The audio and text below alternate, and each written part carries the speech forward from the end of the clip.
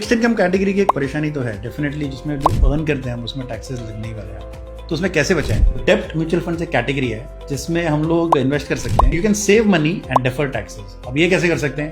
तो जैसे मान लो कि मैं एग्जाम्पल के तौर पे समझा देता हूँ आपको कि मान लो आपने 10 लाख रुपए एक एफडी में डाला और 10 लाख रुपए आपने एक डेट फंड में डाला और दोनों में एक एग्जाम्पल के लिए 10% अर्न कर रहे हो, तो आपने 1-1 लाख रुपए अर्न किया।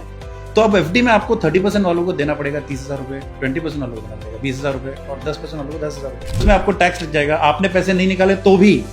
अगर डेट फंड में क्या एडवांटेज है कि आपका 11 लाख रुपए होगा और 1 लाख रुपए पे आपको कोई टैक्स नहीं लगेगा क्योंकि आपने निकाली ही नहीं, क्योंकि debt fund is a capital asset. तो डेट फंड में एडवांटेज क्या है कि टैक्सेस डेफर हो रहे हैं, तो आपको टैक्स लग नहीं रहे and that saves you money.